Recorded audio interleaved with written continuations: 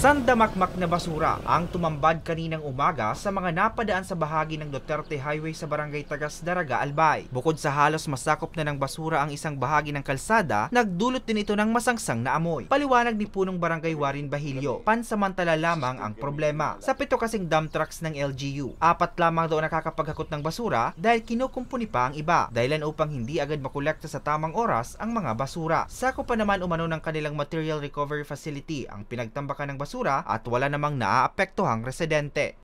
Ang kaso, resources kan LGU nagkulang ta, bar daw sa tulong dump truck ninda. Ang nag-iikot lang sinda, 4 na dump truck sa ngunyan na 4 na dump truck. Nagpira kaming barangay na piga-akot ang ki basura. Talagang kulang ang pag-pick up sa basura. Arka na ilingin daw na tambakan kaming ngunyan na aldaw. Anya pa, iniulat niya na ang sitwasyon sa kanilang lokal na pamahalaan at sa Municipal Environment and Natural Resources Office para sa mas mabilis na pagkolekta ng basura. Luminyal daw po, promise naman yan na siguro by 5 a.m. wala na yan. Babalik ang madigdi para i-check nindo na nagagad na kita tabang sa luwas. Nag-agad man ako kidanting baklaw sa Provincial Engineering, agad akong tabang na dump truck, magkwa yan.